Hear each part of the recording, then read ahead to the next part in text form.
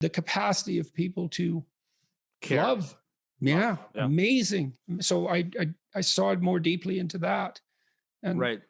now I'm not saying that made it all worthwhile. It's like, no, not so far. I certainly wouldn't have drawn that conclusion, but that's not the point. Right. Here I am, this guy, I'm a clinical psychologist. I got tangled up with benzodiazepines. I'm talking to people about getting their house in order, and things collapse around me. It's the irony is, well, it's almost unbearable. That was part of what made this so difficult, was not only the pain, the physical pain, but this absurd paradox. And yet people have forgiven me. And right now I'm amazed. We say that culture has no capacity for forgiveness. You hear that about cancel culture and about people that are being eradicated for making one mistake, and we have to learn to forgive. It's like, I experienced a lot of forgiveness. And then again, when I've been attacked in the press, when people have gone after my reputation with all guns blazing, that's for sure. Our lives, my family's life was punctuated over the last 5 years with 2-week periods where I've been attacked for something, accused of something, like, wanting the government to distribute nubile women to undeserving men to preserve social harmony. All these things that look absolutely reprehensible, being compared to Hitler, et cetera, et cetera. And there's always a 2-week period after that blows up where we have no idea if I'm done at that point. And yet the support that I've received has been continuous. And so why that is, I don't know. I think I have hypotheses. I mean, I include myself in the audience of reprobates to whom I'm lecturing. I don't assume that, I abide by all these rules. They're targets for attainment. And hopefully that, has protected me, at least to some degree, against the perception of undue moral superiority. Yeah.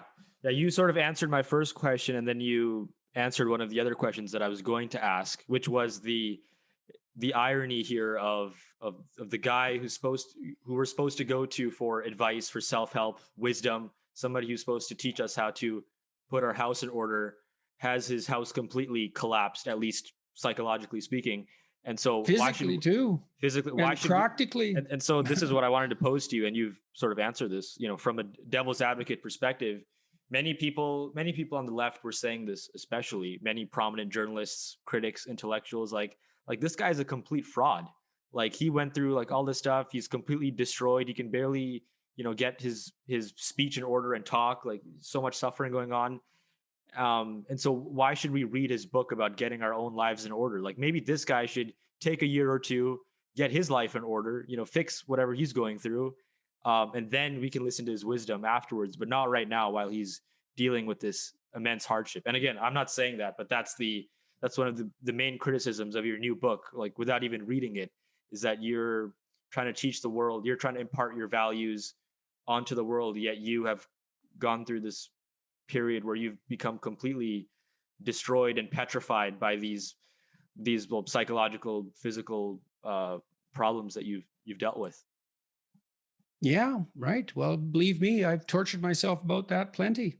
Yeah, and I'm glad I'm glad you see that irony. You said there is an irony there. Yeah, well, you'd have to be pretty blind not to see that. It's been a source of constant torment, and I was very apprehensive about writing this book, or certainly about releasing it. But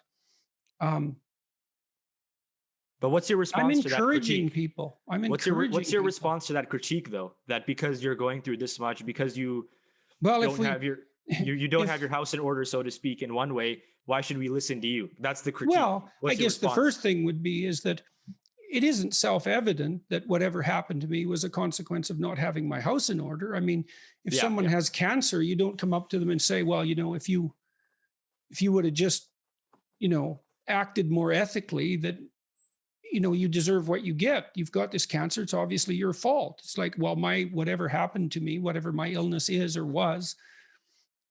wasn't as clear cut in some sense as cancer. Hmm. So the edges are fuzzy, but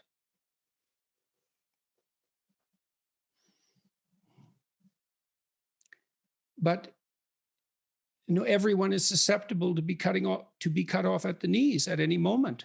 That happens. And you can protect yourself against that to some degree by putting your life in order and by living properly. But that doesn't mean that you're fully protected from it. We all die. We all get sick.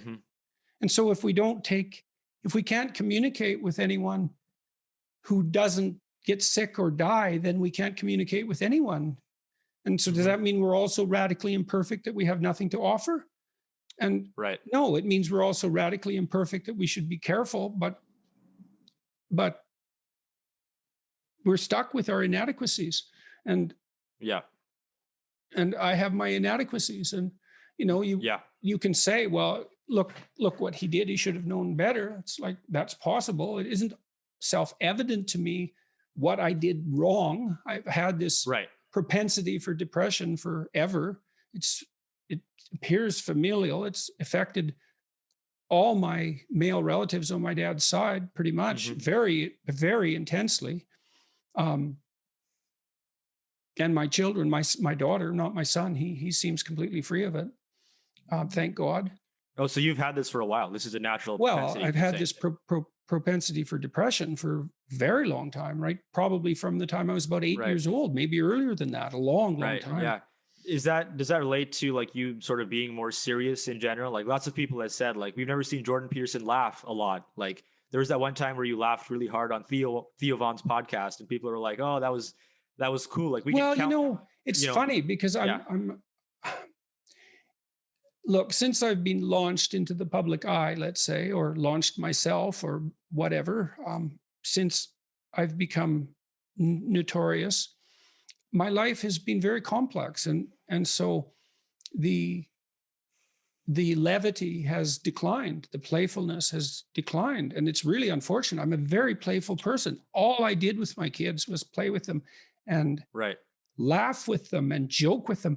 When I get together with my son and my daughter, and we're healthy, which is quite rare because my daughter's very ill very much of the time. All we do is laugh and make fun and play.